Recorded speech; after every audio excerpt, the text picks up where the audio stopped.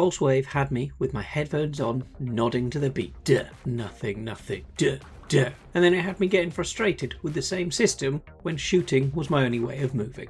It's a rhythm shooter roguelike, and about an hour and a half in I was still doing wide circles, wondering if I was playing it wrong or if the design just points there. The devs sent this one to me. I'll be honest, if I'd come across it on Steam, I probably would have scrolled past. Nothing on the page really grabbed me at first glance. Not a hard no, just not enough to hook to click through. So going in, I was pretty wary. The graphics are simple, with a CRT overlay with wobbly scan lines pushing that retro look. That overlay was my first bugbear. My old eyes could not read some of the writing underneath it. Someone raised this in the Steam discussions and the dev said they'll be adding an option to turn it off. That's the kind of Steam discussion response I like to see from every studio. You play an arrow that is meant to be a spaceship floating over a star field while neon hexagons, circles and squares come at you. Health sits in the top right corner, and if you lose it all, the round ends. Bigger shapes hit harder, small circles are fast, red hexagons soak up a bit more damage, and beyond that I never really worked out what every colour or shape meant. Some enemies just run into you, others shoot. You fire out of the back of your ship, and that shot is both your damage and your propulsion. Along the bottom there are about 8 boxes timed to the music and an indicator tick through showing which slot is about to fire. Empty slots do nothing. Filled ones fire an attack, push you forward and damage anything behind you. You start with only a couple of slots filled and pick up more weapons through the run, so your ship's beat pattern builds over time. With headphones on, this is the bit that clicked for me. The music is good, and knowing the next beat is going to go duh, nothing, nothing, duh, duh, you can hear the rhythm of what your ship is about to do before it happens. And that's the real payoff so far. Gold does double duty. It levels you up in the run, and it also buys gear from the shop. The shop itself is a wormhole on the map. You fly your ship over it and click it to open. It's not got any function, and it does not teleport you anywhere. I was a little bit worried at first getting near them. Inside are rear missiles that travel slower than your normal shot, a pulse wave that hits anything near you, a front laser with no pushback,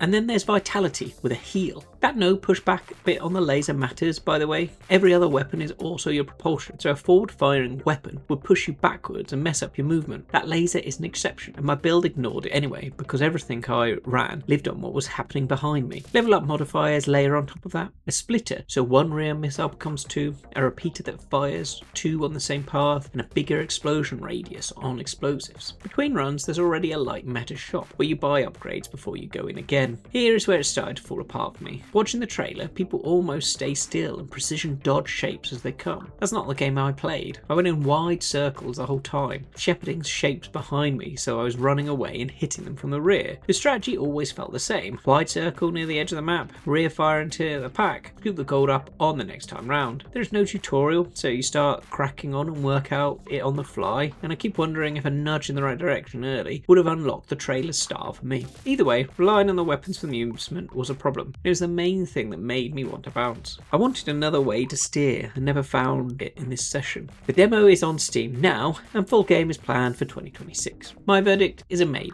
The rhythm idea is strong and that headphones moment is real, but tying propulsion to the same weapon left me stuck on one circular style, and about an hour and a half of it, and it was still the only style that worked for me. I would wish list to see how the full game opens up on the meta progression and makes my other styles more obvious. Check out the next video, see if it could be your new favourite game. I play the demos, you play the hits. I'll see you on the next one.